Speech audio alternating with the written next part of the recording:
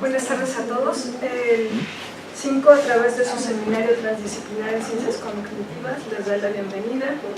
También es un gusto para mí presentar a la doctora Silvia Hidalgo, quien tuvo un trayecto un poco difícil con esto de que tomaron la caseta, me comentabas, ¿no? Entonces, bueno, doble agradecimiento por estar aquí.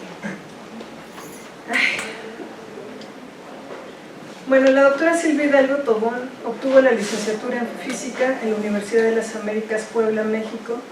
Es maestra en Ciencias por la Universidad Nacional Autónoma de México, siendo la primera maestra en Física Médica del país.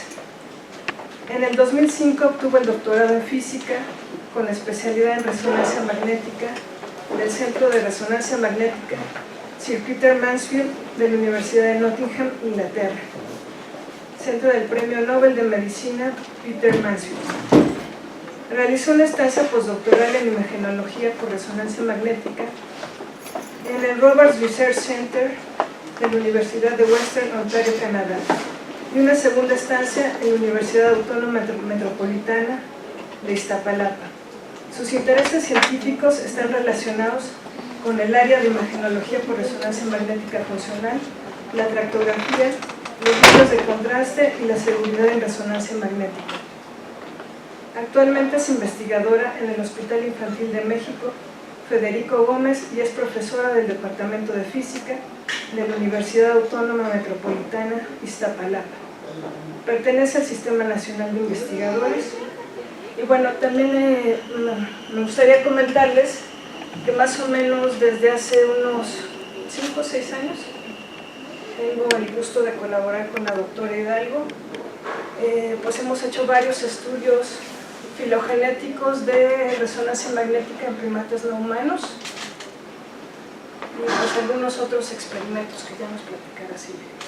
Sin más, bienvenida. Muchas gracias por la invitación. Sentía que no llegábamos, pero tomaron la caseta, entonces en la autopista, en la misma autopista tuvimos que dar vuelta en U y tomar la carretera federal. Entonces sí, sentía que no llegaba, pero aquí estamos. Bueno, entonces, antes que nada, muchísimas gracias por la invitación a la doctora Diana Platas por estar aquí. Mi plática va a estar centrada en la parte de resonancia magnética. Voy a hablar mínimamente de los fundamentos físicos y me voy a centrar un poquito más en todas las aplicaciones que podemos, que estamos ahorita actualmente realizando. Algunos proyectos estamos con la doctora Diana Platas trabajando conjuntamente. Bueno, entonces cuando hablamos desde el punto de vista de la imagenología en vivo, vamos a encontrar que hay diferentes técnicas. Básicamente las más conocidas es el ultrasonido, la resonancia magnética, la tomografía computarizada. La resolución espacial que podemos encontrar, en el caso por ejemplo de la resonancia magnética, puede ir de 70 micras a 500 micras. ¿De qué va a depender? Va a depender del teslaje del campo magnético. Si yo voy a un hospital, básicamente encontramos campos magnéticos de 1.5 teslas, 3 teslas. 3 teslas alcanza una resolución de 300 micras. Si me voy a un 7 teslas para humanos, podemos alcanzar 70 micras. De hecho, este año salió, hicieron un estudio post-mortem de una mujer que fallece, le toman imágenes de alta resolución del cerebro y la resolución espacial es fantástica. Lo pueden googlear, lo pueden encontrar, tiene bastante información. Y bueno, la parte del ultrasonido, que la resolución para estructuras, por ejemplo, desde el punto de vista médico, bastante útil. La tomografía computarizada, que son radiaciones ionizantes y no terminan gustándonos mucho en el caso de la investigación. Sin embargo, para la parte clínica es bastante importante. Si nos vemos desde el punto de vista de la parte de funcionalidad, vamos a encontrar diferentes técnicas como la electroencefalografía, la magnetoencefalografía, estimulación magnética transcranial, PET, resonancia magnética y resonancia magnética funcional. Bueno, ahorita la técnica, digamos, que se está utilizando para ver la parte funcional es PET, el Positron Emission Tomography, en donde se utiliza radiación ionizante en el caso de A nivel de investigación se tienen que tomar en cuenta mucho la parte de ética, lo que estamos irradiando, y esta radiación ionizante, si no está bien encauzada, bien justificada, si realmente la persona no lo necesita, pudiéramos encontrarnos no solamente problemas éticos, sino puede ser causante de cáncer. Entonces, esa parte de seguridad es sumamente importante. En niños no está tan autorizado realmente hacer investigación utilizando esta técnica del PET, pero bueno, sí hay bastantes estudios. Uno de los que voy a mencionar, hay muchos, pero voy a mencionar este, en donde están estudiando la similaridad entre la obesidad y la adicción a drogas por medio de neurofuncionalidad. Entonces tienen un sujeto control, un usuario que consume metanfetamina, un sujeto control y un sujeto obeso. Lo que concluyen es que las zonas son bastante similares. Este es un grupo, bueno, aquí a la que conocemos es la doctora Volpo, pero bueno, ella lleva mucho tiempo estudiando esto. ¿Por qué menciono este trabajo que se realizó utilizando PET? Porque nosotros también estamos realizando estudios con niños con problemas de obesidad, y el centro de adicción es bastante similar, si no es que es el mismo, ¿okay? Pero lo estamos haciendo con resonancia magnética funcional, no utilizando radiaciones ionizantes. Bueno, me voy a meter a la parte ya de resonancia magnética nuclear, en donde básicamente es una técnica que recibe el premio Nobel en Medicina en el 2003. De este lado tenemos a Paul Lauterbur, de este lado tenemos a Sir Peter Mansfield, ambos ya fallecieron. Y bueno, básicamente en 1955 se entendía completamente la teoría desde el punto de vista de la física.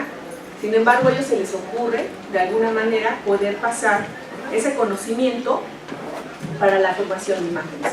Este es un sistema típico de resonancia magnética.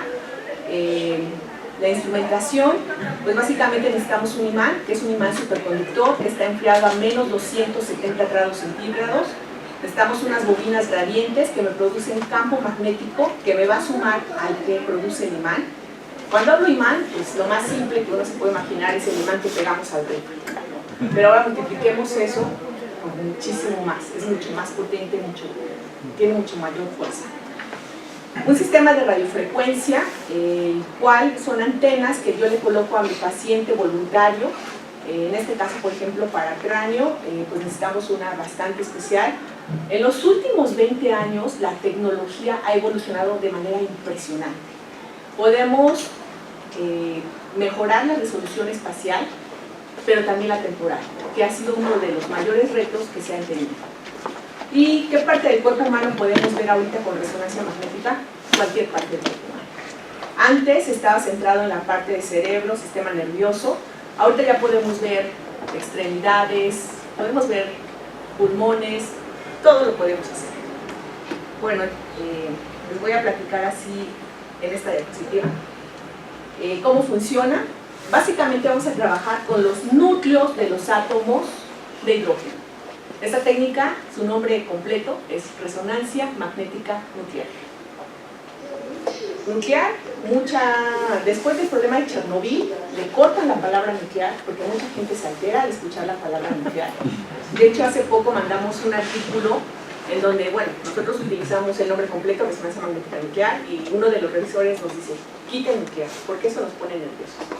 Pero yo esperaría que dentro del mundo técnico, científico, pues tuviésemos esa conciencia de saber que estamos trabajando con los núcleos. Bueno, entonces, esta técnica está basada en los núcleos de los átomos de hidrógeno, los cuales cuando entran en presencia de ese campo magnético, se van a alinear en dirección del campo. Es decir, este es el imán, el campo va en esta dirección, pueden imaginárselo como flechas, y lo que va a pasar es que estos pequeños vectores se van a alinear en la misma dirección. Una vez que ya están alineados, vamos a utilizar ese casco que le pusimos a nuestro paciente voluntario. Ese nos va a mandar pulsos de radiofrecuencia.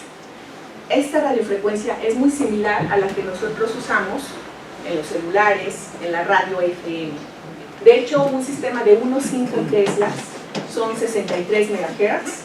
3 teslas son 127 megahertz. Entonces, si ustedes me dicen la qué buena, en qué radiofrecuencia está, pues vamos a ver que está bastante similar. De ahí que también estos equipos donde los colocamos tienen que estar blindados con una cosa que se llama una caja, la jaula de Faraday. Esa me va a permitir que no entre la radiofrecuencia ni tampoco salga. Ajá. Bueno, entonces ya mandamos nuestro pulso. Lo que va a pasar es que estos núcleos van a capturar la energía, se van a excitar, dejamos de mandar ese pulso de radiofrecuencia y liberan energía. En el momento en que liberan la energía, en ese momento yo empiezo a capturar esa energía en la misma antena de radiofrecuencia. Es una señal en tiempo. Ahora, hasta ahí es 1955, se entiende perfectamente bien. Entonces, si yo pongo la cabeza del paciente, obtengo la señal. Pero entonces viene la pregunta fina.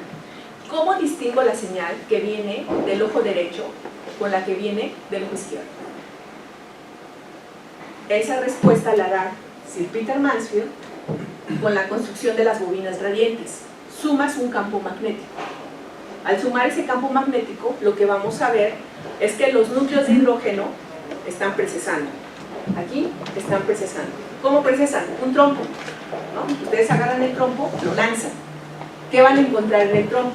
Van a encontrar dos movimientos, bueno, tres de hecho, pero me voy a centrar en uno. Uno que está dando vueltas, pero a su vez está precesando. ¿Sí lo han visto? Ajá, son doble movimiento ahí. Está dando vueltas sobre su propio eje, pero a su vez ese eje está haciendo esto. Ajá. Aquí va a pasar lo mismo. Da vueltas, pero a su vez está precesando. ¿Alrededor de quién? De la dirección de mi campo magnético. Si yo aumento la intensidad de campo, ¿qué va a pasar? Va a ir mucho más rápido. Si el campo es menor, pues va a ir más lento. Es decir, si yo entro a un campo de 1.5 teslas en un hospital y a uno de 3 teslas, lo que voy a observar, bueno, ni lo voy a simplificar, pero lo que yo esperaría es que esos núcleos de hidrógeno cambiara su frecuencia de precesión. Y entonces, cuando uno agrega un radiente lineal, es decir, imagínense, es como cuando tú compras una manzana, 10 pesos, 2 manzanas, 20 pesos. En posición, yo voy aumentando el campo magnético. ¿Eso qué quiere decir? Que la frecuencia, de manera lineal, va a aumentar. De tal forma que cuando yo tengo la señal, yo digo, ah, mira, ¿qué frecuencia estás? Ah, eres el ojo derecho. Y tú, señal, vienes del ojo izquierdo. Esa idea tan simple es lo que nos permitió finalmente obtener la imagen. Entonces, guardamos la información en un espacio que se llama espacio K, en fases y frecuencias, decodificamos, aquí hay un proceso de transformadas de Fourier, y finalmente obtengo la imagen. Entonces alguien me preguntaría, ¿y solamente puedo obtener imágenes de hidrógeno? No, lo podemos obtener de otros, como puede ser carbono, flúor, sodio, fósforo. ¿De qué me serviría eso? Entonces hay gente que, por ejemplo, trabaja con carbono 13, y lo que hace a campos magnéticos muy, muy altos, puede seguir el ciclo de Krebs. ¿No? ¿Por qué? Porque cuando nosotros estamos pensando, cuando se están produciendo estos ATPs, es energía. Y si yo puedo leer esa señal en tiempo, cómo va cambiando, me está diciendo cuánta energía se está librando. Aquí en México nadie lo hace, por supuesto, pero podríamos intentarlo, ¿por qué no? Y bueno, igual para sodio se pueden hacer para diferentes metabolitos. Entonces, voy a seguir. Bueno, entonces, el color del agua, ¿cómo se ve? Hay 3 contrastes básicos en resonancia magnética. Cuando uno va al hospital y le dicen, pues necesitas una resonancia magnética, esos son los 3 contrastes básicos, que le llamamos densidad de protones, T1, T2. No me voy a meter en detalles tan finos, solamente quiero que noten algo. El agua, si yo pido el contraste T2, esta región es agua, es líquido, se ve hiperintensa. Si la pedimos en contraste T1, se ve hipointensa, y esa densidad de protones se ve grisácea.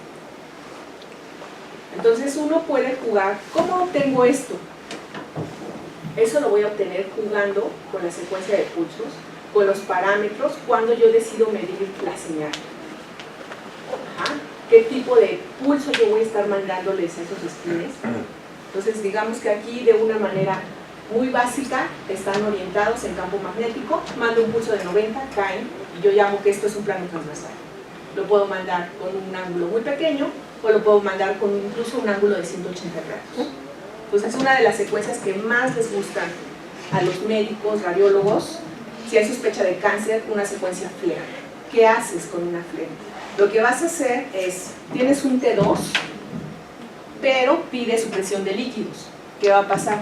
Todo esto se va a oscurecer, suprimes la señal de líquido, de tal forma que si hubiera una patología extraña, resalta.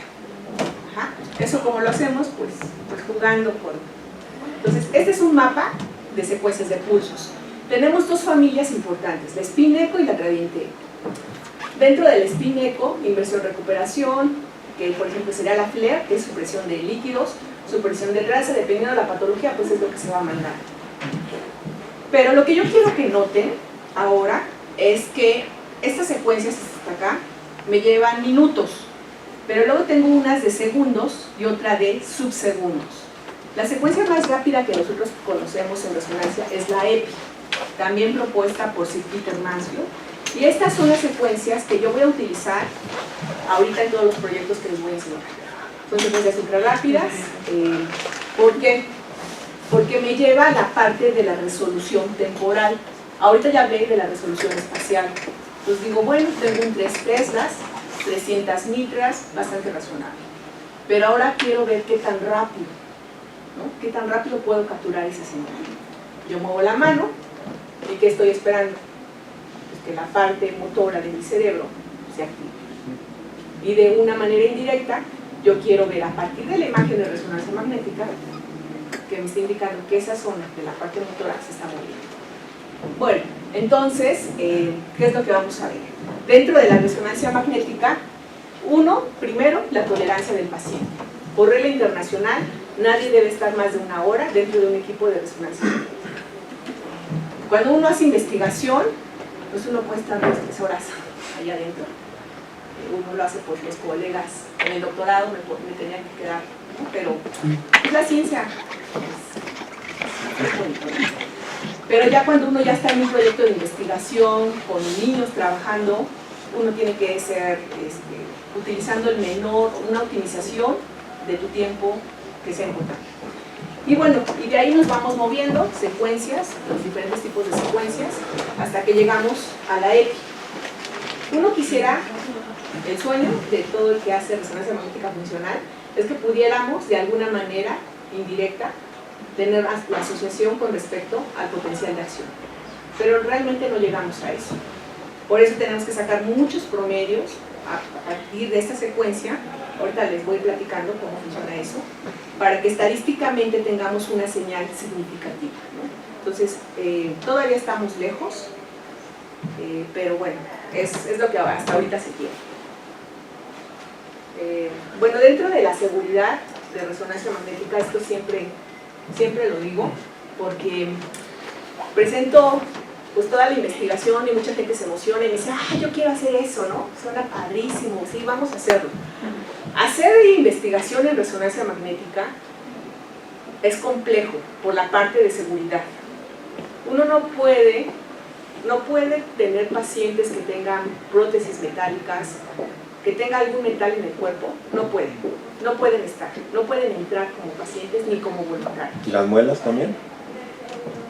Las muelas habría que ver. Si es corona, no. Obviamente, la pregunta aquí es, les voy a platicar así un caso rápido para que quede como más claro. Instituto Nacional de Nutrición, en un protocolo que estábamos haciendo para estudiar tumores en cuello, venía la paciente con brackets, ¿no? Entonces, pues uno, desde el punto de vista de investigación, me va a artefactar completamente la imagen, y la artefacta. Entonces, no me va a dejar ver la zona que a mí me interesa. Estaba la radióloga, y me dice, ella tiene una alta sospecha, pues que traiga un tumor. Me dice, para investigación, pues ya no nos va a funcionar. Dice, periódicamente yo la tengo que meter. Y sí, la mete, y desafortunadamente trae por ahí sus bolitas, ¿no? Entonces, esto se vuelve multidisciplinario, en el sentido de que cada quien tiene que hacer su parte, y aquí pues la parte médica, la parte de la radióloga, pues fue sumamente importante, ¿no? O sea, una persona sana no puede entrar con brackets, pero en este caso me dice, prefiero que viva con los dientes chuecos a que se muera con la dentadura perfecta. Entonces son cosas que se tienen que valorar. O sea, se la quitaron.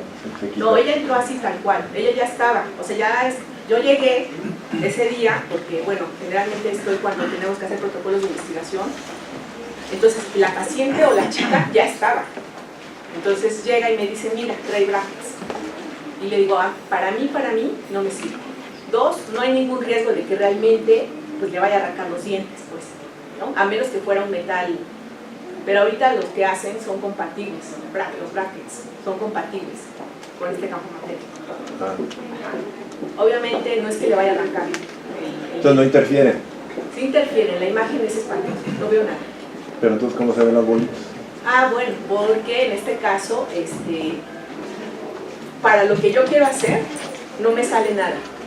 Para las imágenes anatómicas se ven, para las de funcional no se ve nada. A ver si... Iba más o menos por ahí también mi pregunta. Según yo, hay ciertos tipos de metal que sí, o sea, que son como más... Sí, titanio, por ejemplo. ¿Titanio? Titanio se supone, pero algo que me he encontrado acá, que desafortunadamente nosotros como mexicanos, porque sí lo he visto ya casi en todo el país, no preguntamos cuando alguien nos opera o a nuestros familiares, no les preguntamos qué cosa nos pusieron, ¿no? Se rompió el abuelito la cadera y le ponen una placa. ¿De qué? ¿Quién sabe? ¿De qué? ¿Quién sabe? ¿No? Y entonces dices, ¿lo puedo meter o no? Entonces es un riesgo. Se supone que si es una actual, debe ser seguro, ¿no? Entonces, por ejemplo, llegó otra chava que igual iba a entrar a un protocolo de investigación, a ella se le había roto el talón de Aquiles y le ponen se metió, hizo operaciones, y le pusieron unos hilos de titanio. Y perfecto, quedó bien. Y me dice, oye, es que yo quiero entrar a tu proyecto de Y le digo, pues órale, va. Y le digo, nada más, le digo, pregúntale a tu doctor. Y dice, no, es titanio, no pasa nada, es seguro. Ok, si tú sientes algo, sientes que te tiembla la pierna, sientes calentamiento, cualquier cosa me avisas. La estábamos colocando dentro del túnel y en eso grita, ¡ay, sácame! Le saco yo friega, ¿no? Perdón, le saco yo así, ¿verdad? Es que no sabes qué pueda pasar, o sea, no sabes qué pueda pasar. La sacamos rápidamente y me dice, ¿qué crees? Sí sentí el hilo, ¿cómo se movía? Han habido accidentes, de verdad, de prótesis metálicas. Digo, mi plática no es de seguridad, tengo pláticas de seguridad, pero ha habido accidentes acá en México, no voy a decir qué hospital, en donde pues entran con su prótesis y se queda pegada. ¿Y qué haces? Pues no se puede despegar, de verdad. A ver, dije, no les quiero pasar el video, es que no sé qué le pasa. Levitan. Pues no fuera que levitara. O sea, es una cuestión bastante preocupante. Entonces, este es un imán de 1.5 teslas. Entonces, este es de los accidentes más comunes. Es un tubo un cilindro de oxígeno. Entonces, esta es una antena para cráneo. Utilizan una sandía pensando que es similar a un cráneo humano. Lo van a acercar ligeramente.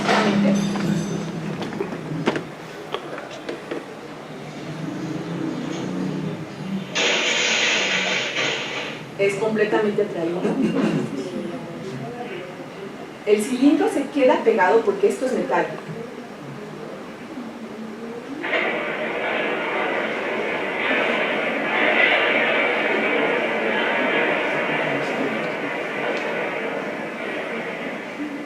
Queda pegado. Ahorita este amigo va a tratar de despegarlo. Lo que hace es sumamente peligroso y ahorita les voy a decir por qué.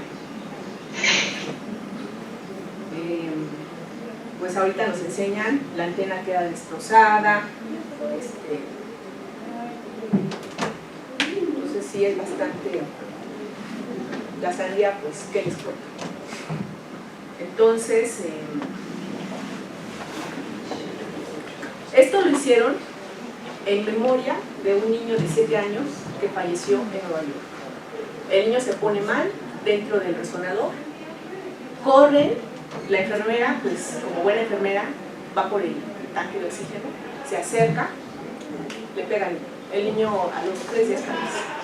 Entonces uno tiene que estar, cuando uno trabaja con estos campos tan intensos, uno tiene que estar al 100, porque son campos que no los sentimos, no los escuchamos, no tenemos un sentido pues que yo diga, ay, aquí estoy a .04 Gauss, ¿no? De campo magnético de la Tierra. No se mueve, no se siente, no. O sea, es como cuando alguien hace el pastelito y dice, ah, un pastel de chocolate, ¿no? O sea, no lo tenemos. Entonces, pues ningún metal. Ahora, lo que el señor hizo de quererlo, hagan de cuenta que el imán superconductor es un hoyo express. Está enfriado a menos 270 grados centígrados y está a una presión muy alta. Si él llega a fracturar ese envase, puede explotar. Han habido accidentes en donde ala de un hospital desaparece. Entonces uno tiene que estar, cuando uno tiene que estar al 100. Entonces, pues estas son así como de, ya ahorita por ejemplo, ya con todos los proyectos de investigación que hemos hecho, pues ya tengo casi mi manual, ¿no? De, a ver, mamita, esto se va a pasar con su hijo, no quiero que traiga no marcapasos, aparatos auditivos, metales, entonces balas, ¿no? O sea, balas. No es que la bala vaya a salir disparada, es que la bala se va a alinear en dirección del campo magnético. Y si está pegada a una aorta, ¿qué va a pasar? Se va a romper. Si no está en una zona que comprometa, pues le va a doler, pero no se va a morir de eso. Pues, entonces son cosas que uno tiene que, con la experiencia, pues vas aprendiendo. No maquillaje, no gel, entonces no, el pelo pintado me mete ruido porque la pintura del pelo trae metal.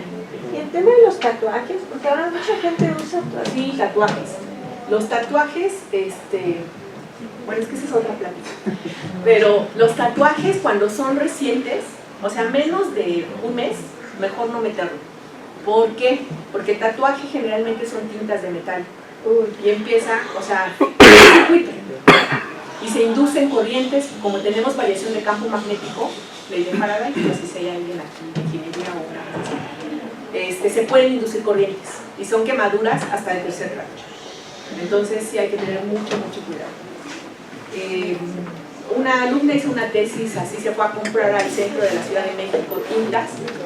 Bueno, le dije, vete y compra tintas. Regresa y me dice, ay doctora, es que hay tintas de 100 pesos, de 500 y de 1000. Y le digo, bueno, pues cómprate la de 500. Dice, todo el mundo usa la de 100, que es la más barata. Más corriente, más no sé qué, más dañina. Pero bueno, no maquillaje, no delineador, no braques, o sea, ningún metal. La persona que sea claustrofóbica, o sea, alguien dice, ay, yo soy sano. No, nada. Pero es claustrofóbico. Hubo un accidente igual, de un proyecto en algún lugar del país, en donde era claustrofóbico el chavo, pero no lo sabía. Entonces cuando contesta, es claustrofóbico, pone un poquito, así, literal, un poquito.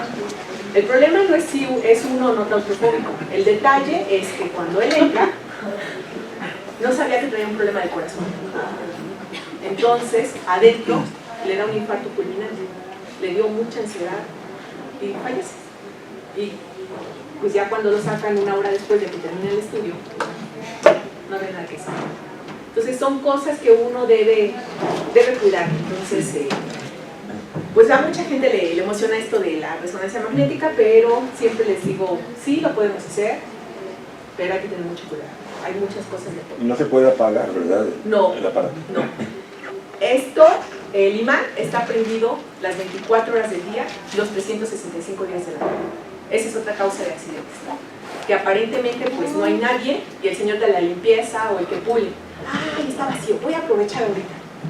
Muchos accidentes, la pulidora, paz, se va dentro. El cubo de metal, paz, se va dentro. Y si él trae un marcapasos, trae algo, Y no es que se muera ahí, va a ser al ratito cuando la electrónica empieza a fallar. Y luego dicen, ay, pues él traía un marcapasos, pues ya le tocaba, ¿no? Pero no, o sea, realmente esa no es la causa. Ajá. Bueno, voy a entrar ya en materia precisa.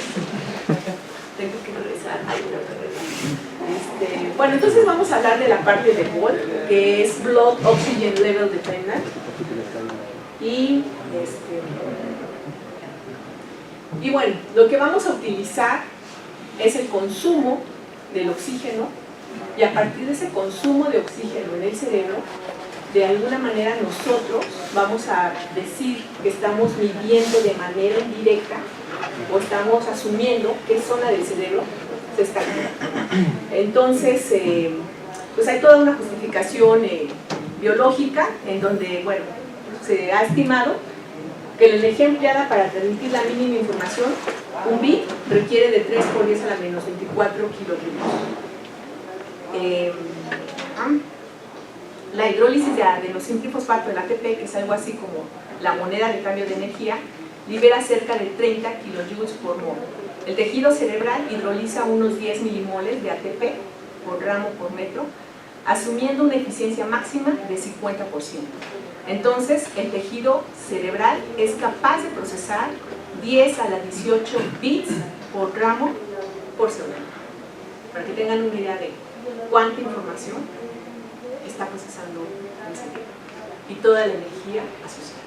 Ajá. Bueno, entonces, ¿cómo funciona esto? Bueno, la historia comienza con Seiji Ogawa, 1990, en donde a él se le ocurre poner 2 tubos. Uno con un tubo de sangre con oxígeno y un tubo de sangre desoxigenado, ya, que perdió el oxígeno.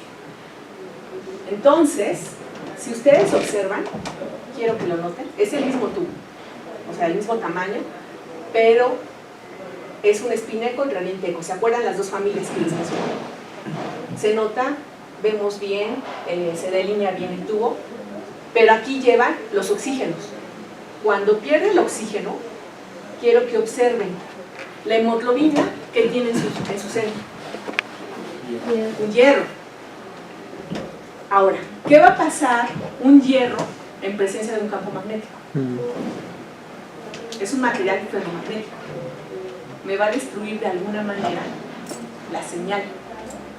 Me va a alterar localmente mi campo magnético.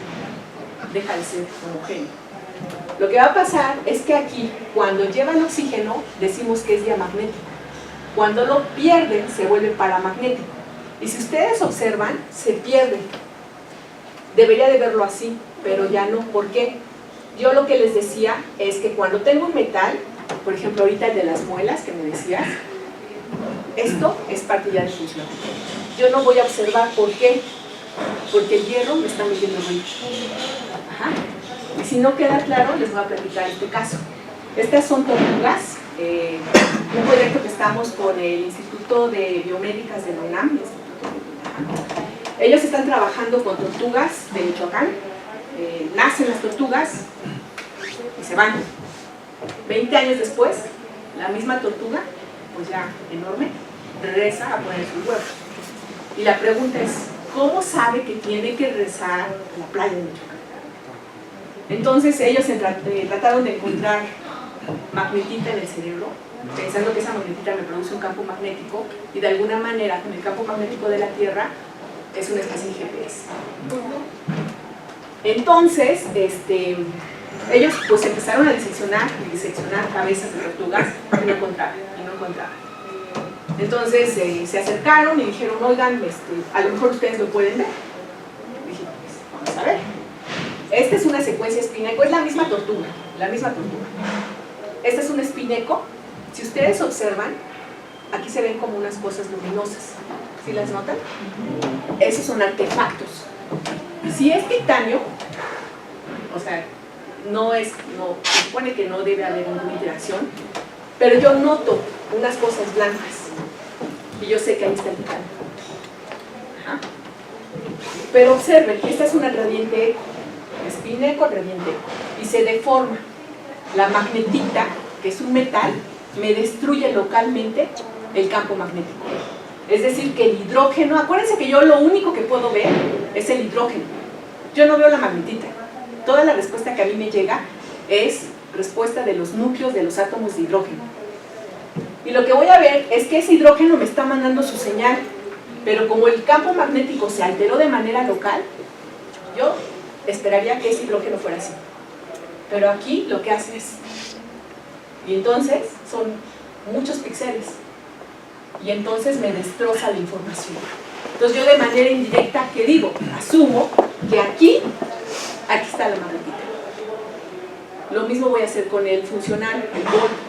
De manera local me va a ir cambiando la señal. ¿Y qué es lo que yo hago? Pues tomo cientos, miles de imágenes y las voy comparando píxel con píxel, píxel con píxel. Ajá. Entonces observen, entonces un corte, tenemos un corte sagital, coronal, axial. Y aquí lo veo, otra vez la gradiente eco, cómo me destruye en la sagital, y en la spin eco se conserva, pero me quedan estos artefactos, estas hiperintensidades. ¿Sí? Más o menos ya se dieron una idea. Bueno, entonces resonancia magnética, pues yo voy a suponer que el cerebro consume oxígeno al realizar cualquier tarea. Ustedes ahorita están, ¿qué me querrá decir? Están pensando, estoy asumiendo que su cerebro está consumiendo oxígeno. Vamos a ver que este cambio de la oxihemoglobina a deoxihemoglobina, utilizando una secuencia T2 estrella, al sacar miles de imágenes y al hacer yo la estadística, si yo estoy moviendo las manos, esperaría que las partes motoras se activaran. Y les cambio el color para que se vean más atractivas. Pero ya desde el punto de vista de investigación, incluso en clínica, ¿cómo lo diseño? Igual, voy a poner en un proyector, así tal cual lo estamos, tengo acostado el paciente y con un juego de espejos, como el que se usan en las ferias, cuando no vemos porque hay tanta gente, entonces han visto gente con tubos y con sus espejos ya ven, hacemos lo mismito acá. Ellos están acostados, obviamente pues así acostados pues no ven la proyección, pero con el juego de espejos la pueden ver. Y ahí les vamos poniendo el estímulo. No hay estímulo, si hay, no hay, si hay, ya se ve. Entonces veo la intensidad de señal. Vean, decae, aumenta, decae, aumenta y así nos vamos. Ajá. Tengo que ser muy cuidadoso al hacer este paradigma. Esto yo le voy a llamar, paradigma. ¿Qué le voy a mostrar? La pregunta es, ¿qué quieres que se active? Ajá. Y lo que vamos a tener es una curva de este tipo, ¿no? Entonces es el initial dip que llamamos nosotros, es decir, mandamos el estímulo, vamos a ver que vamos a tomar un píxel y vamos a ver que tiene un decaimiento, sube,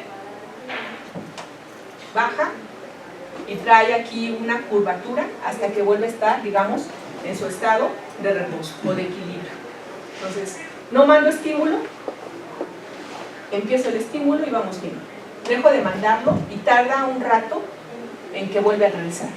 Entonces esa es mi curva de hemodinamia en donde me está indicando qué está pasando con la circulación de la sangre. Entonces alguien pregunta, cuando uno lee muchos artículos de repente te dicen, es que es la respuesta positiva, esta es la respuesta negativa. Más bien lo que nos está diciendo es que qué respuesta exactamente tú estás obteniendo cuando estás mandando el estímulo. Hay investigadores que les gusta tomar esta región y hay otros que dicen no, esta es la buena. Y hay una gran discusión. ¿Cuánto es el tiempo de adaptación? Es muy rápido. O sea, nosotros estamos esperando que damos hasta 15 segundos para que se regularice, digamos, la circulación. O sea, entre estímulo, o sea, no hay estímulo. Si hay estímulo, generalmente aquí pedimos al menos 15 segundos. 15 segundos. Para asegurarnos. ¿Vale? En diseño a bloque. En diseño a bloque y en el bueno, a ver. En el event related es diferente. El evento relacionado sí, pero sí pedimos al menos 6 segundos, porque se nos ensucia mucho la señal. En el 2015 hubo, yo supongo que algunos de ustedes se enteraron, hubo una mega discusión en la forma de cómo se analizaban los datos, y muchos dijeron que pues todo el trabajo que se había hecho por años no servía porque la estadística que se había aplicado era errónea, mucha gente dejó de confiar en la resonancia magnética funcional, pero ahorita, bueno, se han cambiado la estadística y mucha gente está republicando lo que ya había hecho anteriormente. La parte de estado estacionario, aparentemente pues no hacemos absolutamente nada, y lo que se va a encontrar, o lo que deberíamos encontrar, es tratar de ver qué está pasando cuando decimos que estamos acostados, no haciendo nada. Entonces, por ejemplo, a mí me parece muy interesante, cuando nosotros estamos moviendo los dedos, pues tenemos al voluntario acostado y movemos los dedos.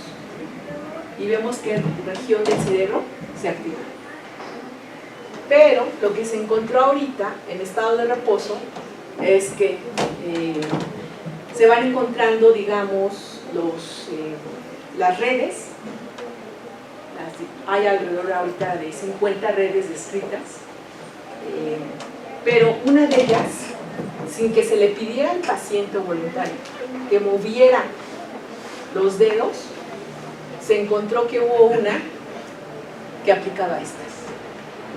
Y eso ahorita empezó, eso salió este año, un artículo que empezó a revolucionar esto, en donde decía que no necesitamos estar haciendo tantos paradigmas, que si podemos hacer un buen análisis de estado de reposo, pudiéramos encontrar todas estas, ahorita voy a hablar de bueno, son muchas, y bueno, entonces la localización versus la conectividad.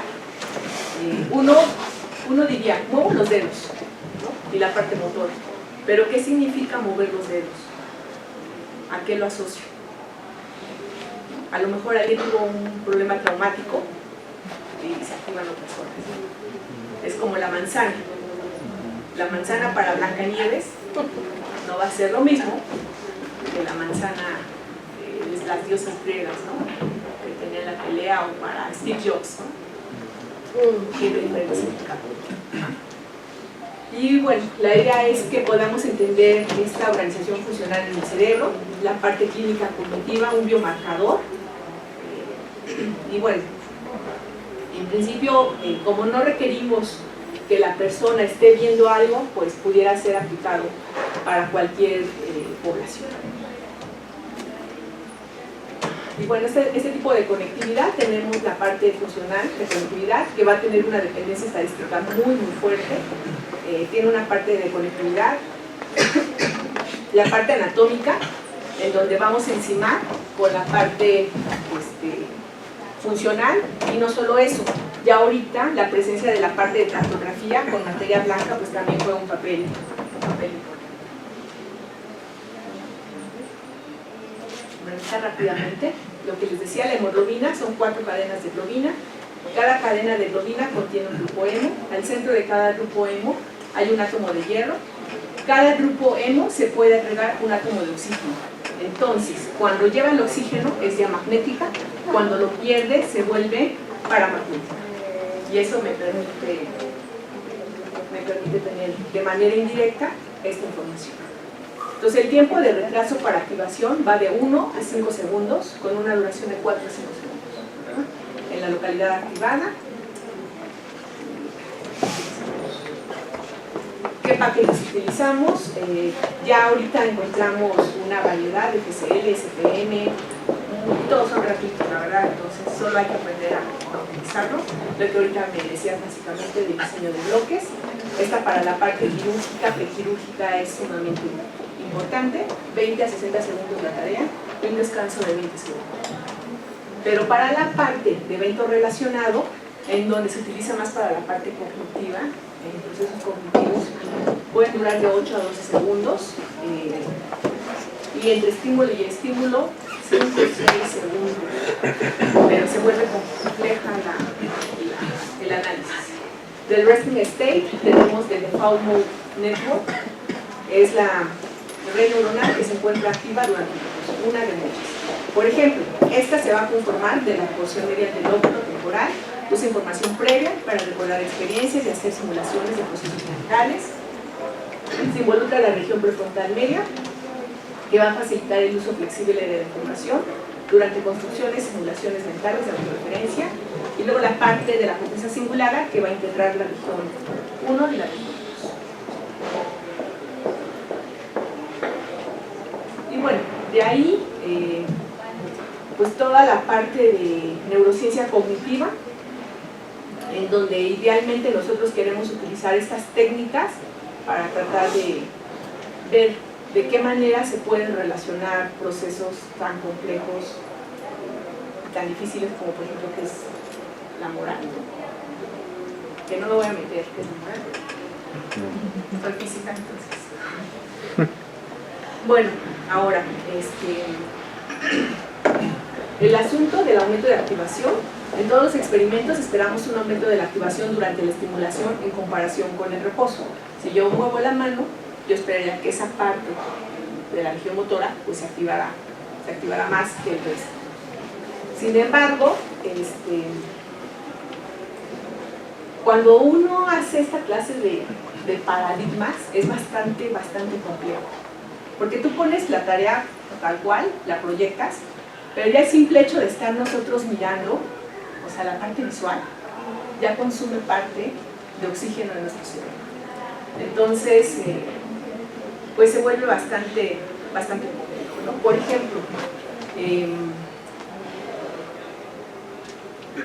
la zona, por ejemplo, de la fase de la cara que se forma en el cerebro, es la encargada de distinguir caras de otras imágenes, por ejemplo, poses, paisajes, palabras. Es decir, estamos pensando que esta región está asociada a que yo vea caras y digo, son personas, y veo sillas. Entonces, eso que pareciera tan simple, pues requiere todo un esfuerzo, ¿no? Pero ¿cómo cambia su funcionamiento al tener que distinguir caras un tanto distintas o con distinto gesto o desde un ángulo distinto? Entonces, por ejemplo, en un proyecto de investigación para ver emociones con los niños, les empezamos a mostrar caras, ¿no? Hay que validar, hay que hacer toda una tarea. Y nos dijeron, en Estados Unidos ya tienen una base de datos validada, la pueden usar. Obviamente, pues la población en Estados Unidos es diferente a la nuestra. La población de la piel oscura, pues a un niño tú le muestras una foto aquí en México y se asusta. O sea, no está acostumbrado a estar viendo esa clase de caras.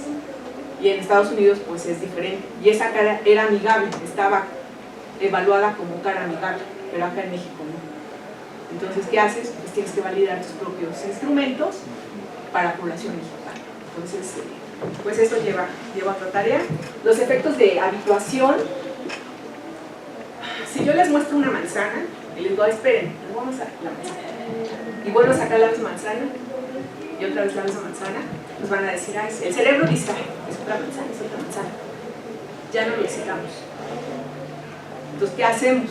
Pues tenemos que buscar de qué manera, queriendo estimular esa zona, le voy mostrando diferentes cosas.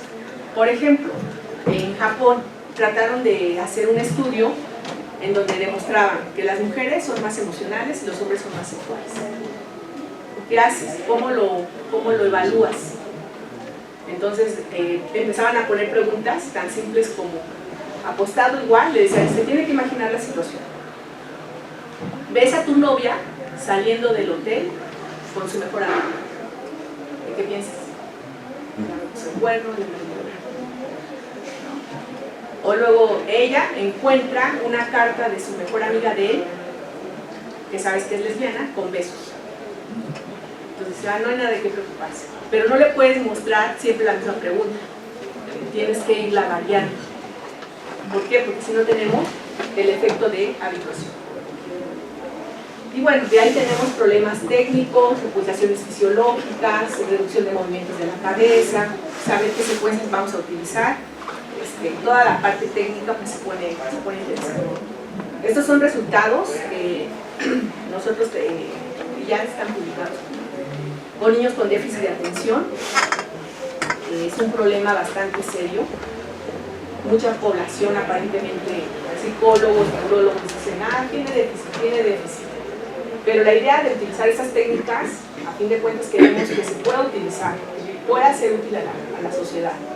Y es la idea de buscar un biomarcador, ¿no? Entonces, ese es uno. Este es Resting State. Hicimos Resting State.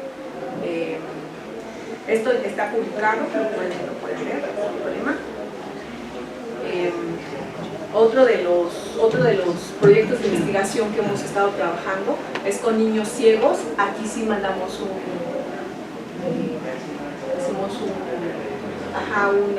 un paradigma muy específico. Entonces son niños ciegos y lo que hicimos fue crear un paradigma musical. Bueno, lo hizo es una chica que hizo su doctorado. Entonces ella estudió música, era licenciada en música, y ella creó un paradigma musical en donde se le presentó a los niños ciegos pre y post entrenamiento musical. Entonces durante un año los estuvo entrenando, e igual se empezó a ver cambios, no solamente desde el punto del Volt, sino también de la tractografía. Entonces, pero ahorita llego a la tractografía. La parte de la obesidad también la hemos estado trabajando. Igual trabajamos con niños con obesos y normopeso. Se le dieron 3 olores: cebolla, acetona, chocolate. Y lo que encontramos en rojo son los normopeso y en azul son los que tienen sobrepeso. En cebolla, los niños con normopeso se activaron ciertas zonas. En acetona, eso nos llamó muchísimo la atención, que los niños con sobrepeso resultaran que hubiera zonas activadas. Pero en chocolate había una región, 2 regiones asociadas, pero con los niños de sobrepeso, la parte de adición estaba encima. Y pues, al ver estas zonas que se activaron, diferentes zonas, nos hizo pensar que ellos requieren un mayor tipo de búsqueda como de regulación para poder frenar como el impulso, la parte de impulsividad. Entonces es un proceso de bastante.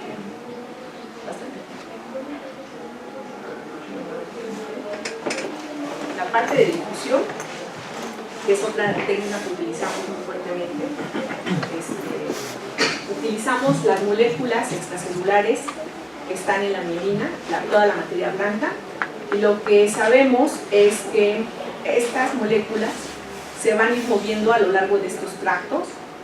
Entonces, así para que más o menos un ejemplo de la parte de difusión, imaginen que tengo un Kleenex y un papel periódico y tengo 2 goteros.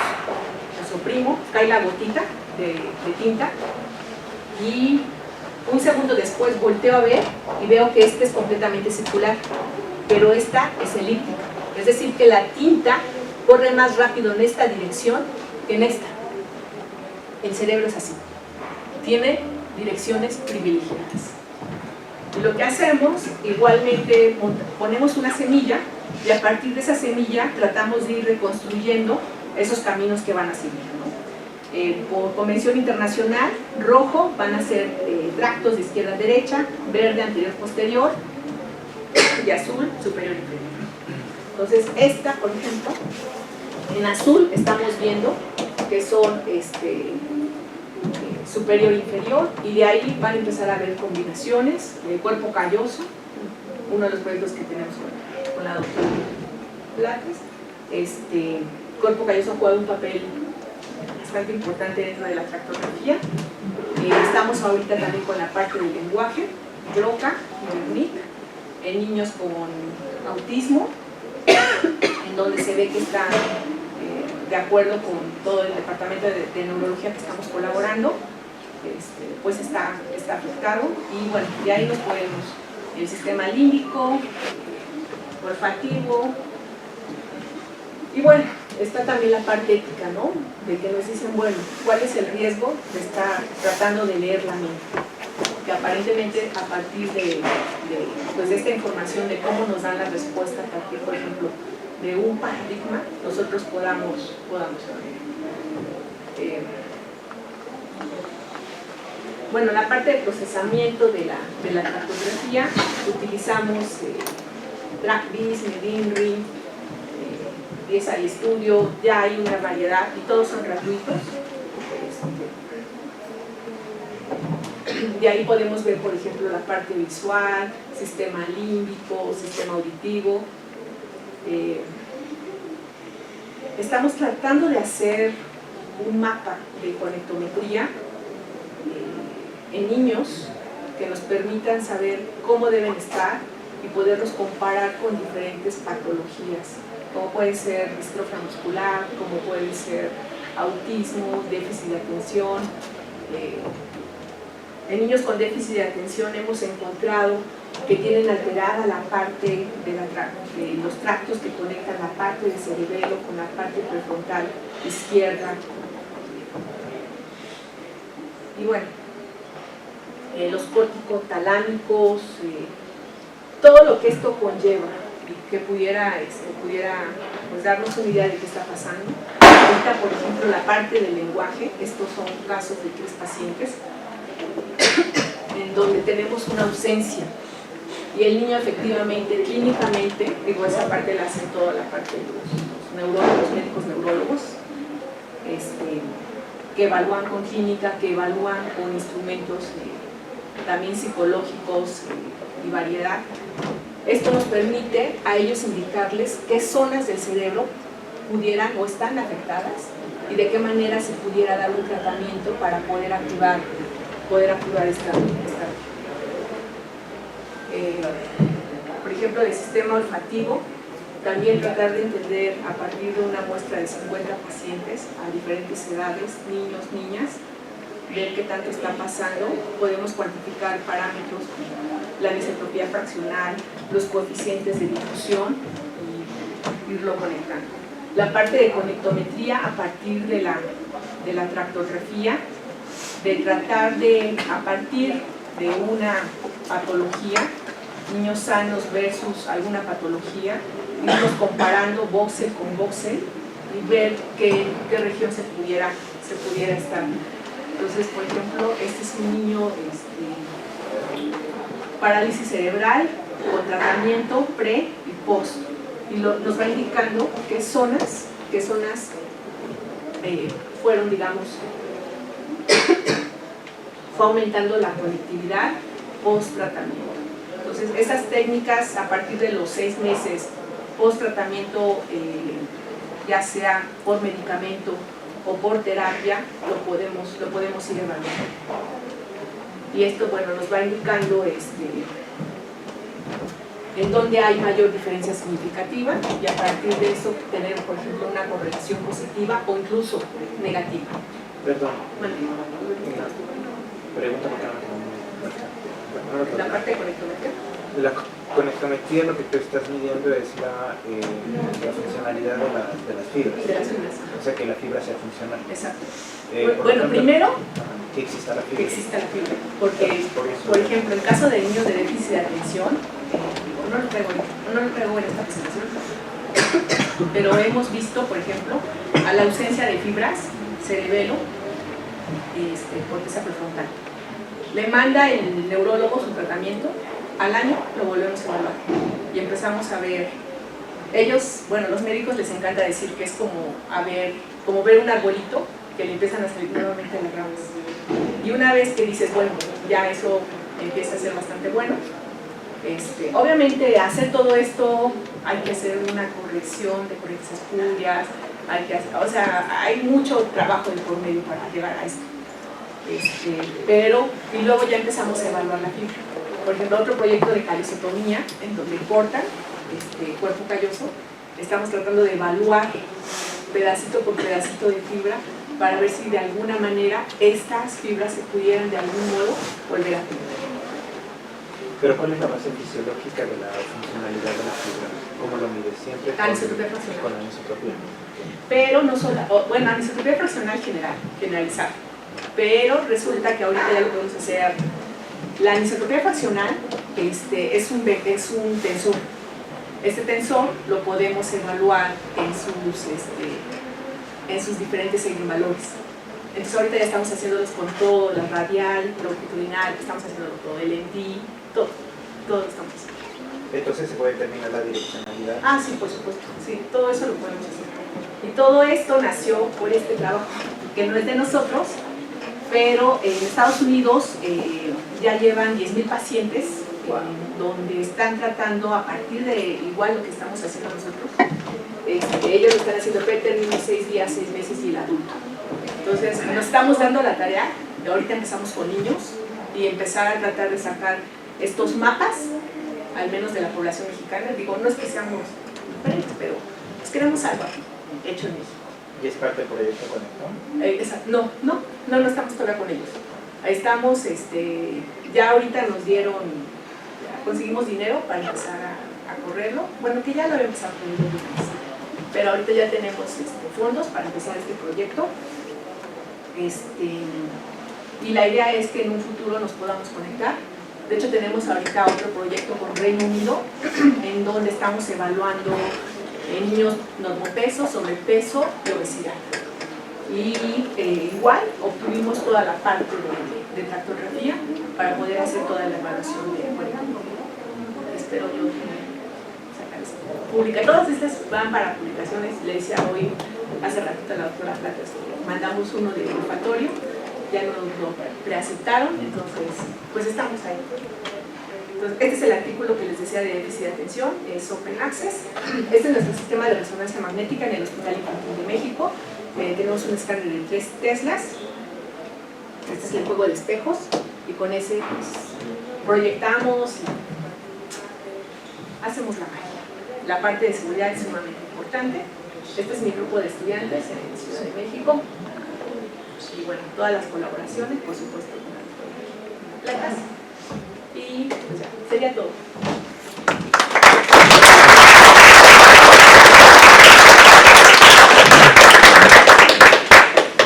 Tenemos tiempo para un par de preguntas.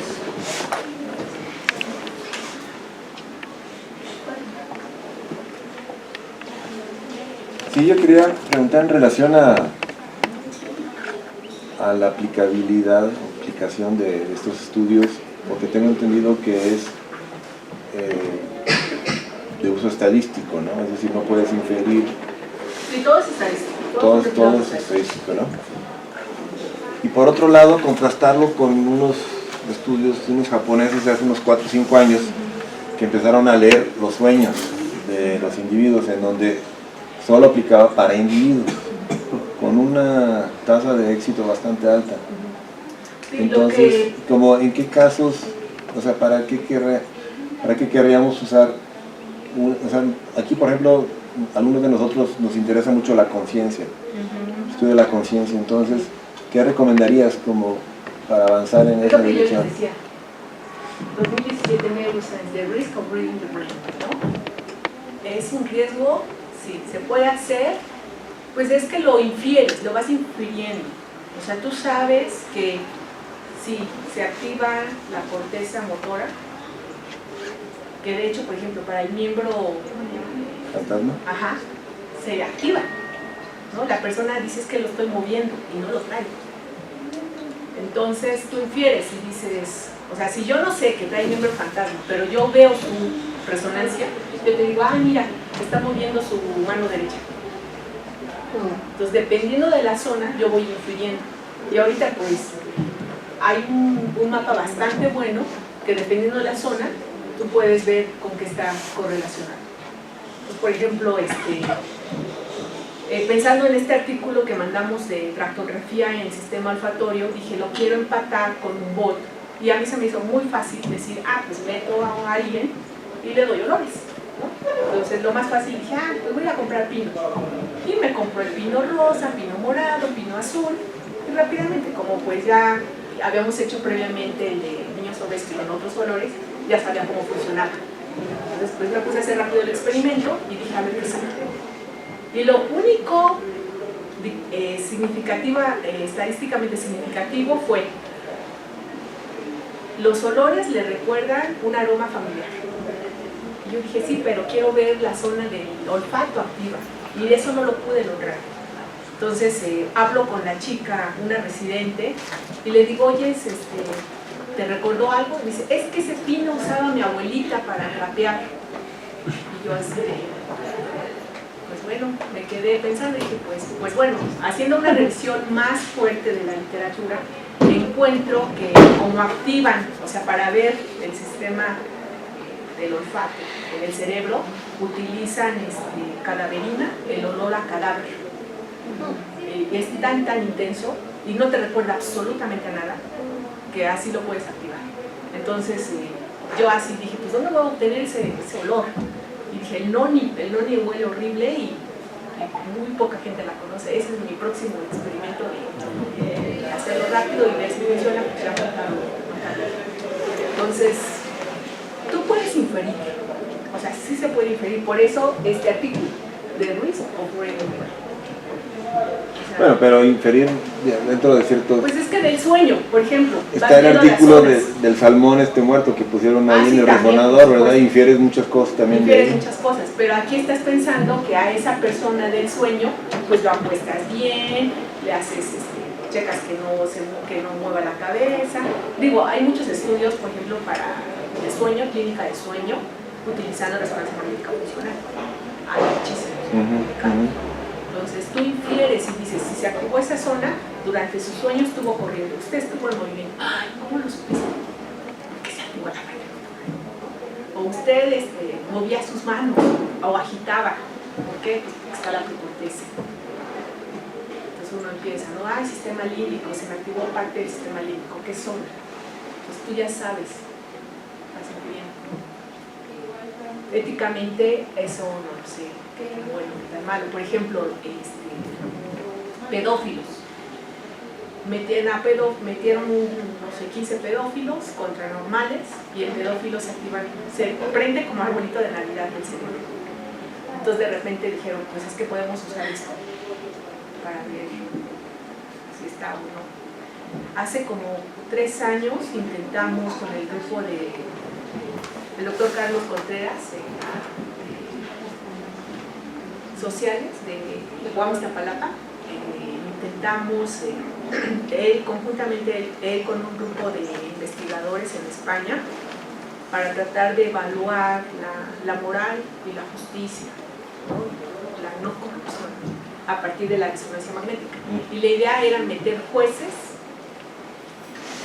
al resonar. Y cuando les explicamos, todos dijeron, sí, participamos en la ciencia. Pero cuando se enteraron de lo que podíamos ver en México y en España, se negaron. Dijeron, no. Pues exacto, pues sí. Exacto. Entonces, esto nos abre una puerta inmensa, la verdad. Pero que hay que saberlo usar.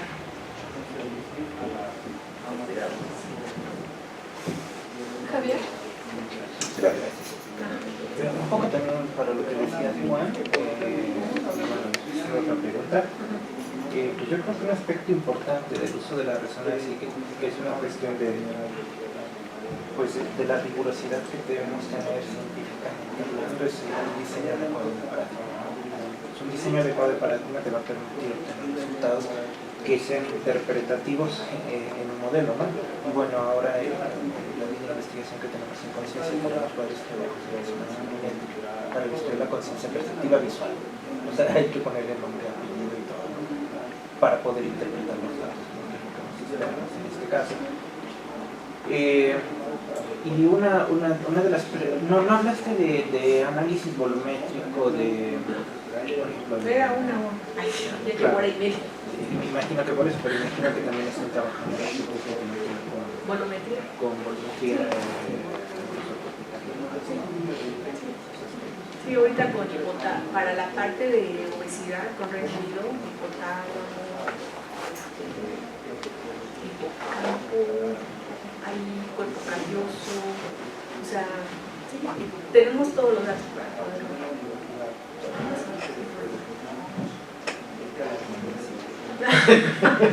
Muy bien, bienvenida. ¿Tienes mi correo? O con la doctora Platas. Pues a mí me gustaría enfatizar que lo importante que ha sido esta colaboración para el área de antropología. Por ejemplo, a los antropólogos nos interesa mucho la evolución de ciertas regiones del cerebro y de ciertas redes en el proceso de hominización y en el orden primate, ¿no? Y bueno, pues también con Silvia y todo un equipo, como ya vieron, intertransdisciplinario, pues hemos logrado, y ahora jalando también estudiantes de maestría, pues hemos logrado, por ejemplo, ver diferentes redes como la resting state en primates no humanos, comparar el cuerpo calloso y procesos de lateralización que son tan importantes en el proceso de hominización. Y acabamos de recibir un premio por uno de los artículos. Entonces, pues que también esta sea una invitación para todos los alumnos de la maestría y del doctorado para integrarse pues, a estos proyectos, ¿no? Que ven como pues, hay muchísimas posibilidades de memoria de trabajo. De memoria de trabajo. Sí, es que esto nos abre, digo, bueno, ahorita yo como pues estoy también con la parte de investigación en el hospital, pues ahí es como, al ver a tanto paciente, uno dice, tengo que buscar de alguna manera ayudarles al diagnóstico. Pero ya si nos vamos a algo tan fundamental como tratar de entender todo este proceso, ahorita con neurocirujanos se pone también súper interesante porque de repente te das cuenta que hay zonas que ni tan siquiera saben ni para qué son. Entonces eso al principio pues uno piensa, ¿no? Dice, pues me voy a operar, el neurocirujano sabe todo esto y de repente te encuentras con vacas sagradas de neurocirugía que pues ya como estamos en investigación te dicen, no sé qué sea eso, no lo sé, pero lo podemos hacer, lo podemos estudiar. Y dices, pues se abre una puerta. Cuerpo calloso, ahorita por ejemplo, uno ve los artículos y te dicen que las fibras conectan el hemisferio derecho y el hemisferio izquierdo, así tal cual, se acabó. Hace 4 o 5 meses, dentro de la Sociedad de Resonancia Magnética Internacional de Medicina, encontraron, bueno, están discutiendo que hay fibras que no tienen esta conexión, que parece que se cruzan. Y al cruzarse la pregunta es, ¿hacia dónde van? ¿O cuál es el motivo? ¿No? Cuando nosotros empezamos a tratar de trabajar con toda esta parte del cuerpo calloso, hemos encontrado que hay niños que hay una ausencia de fibras en ciertas regiones.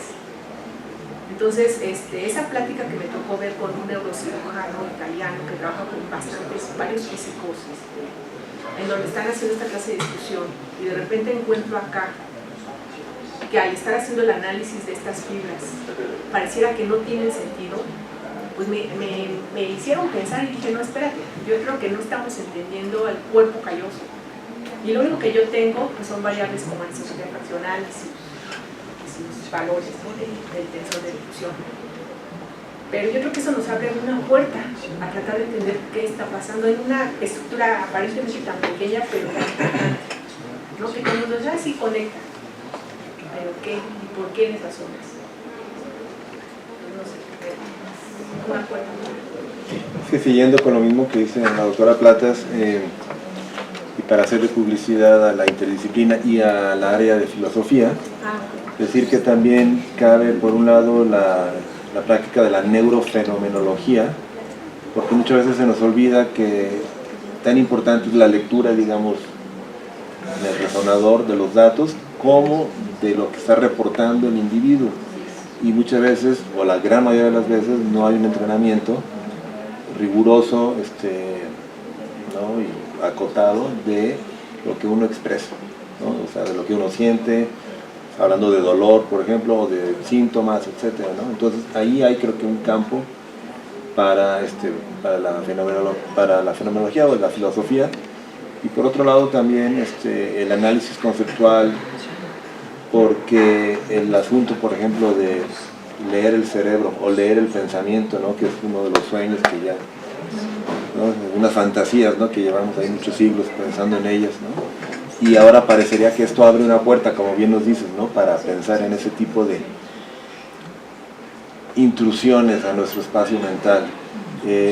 ¿no? Sugeriría que organizáramos, por ejemplo, una jornada, ¿no?, de neurofilosofía, en donde pudiéramos abordar este tipo de cuestiones, ¿no? Porque creo que la filosofía tiene mucho que decir al respecto y hay problemas de distinta índole, ¿no?, en contra del argumento según el cual estamos a pocos años, ¿no? Mucha gente piensa que ya nos van a estar leyendo el pensamiento dentro de poco porque la tecnología va muy rápido, ¿no? Siendo que hay cuestiones de principio, ¿no?, que impediría esto, ¿no? O cuáles son los obstáculos, pero que no son tanto de orden técnico, sino de principio o conceptuales.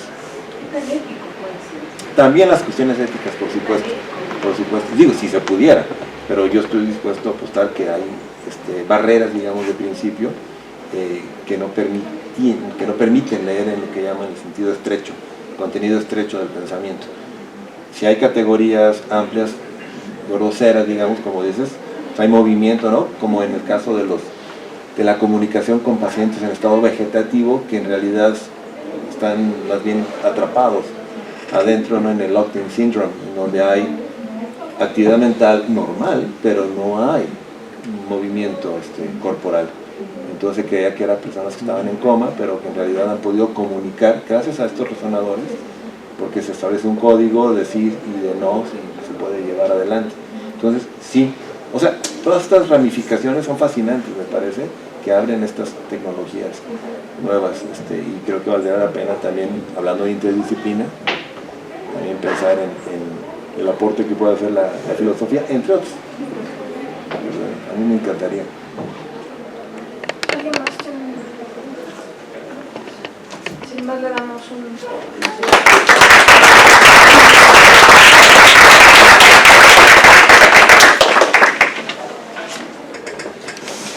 Silvia, pues nuevamente muchas gracias por aceptar venir hasta acá con tu apretada agenda.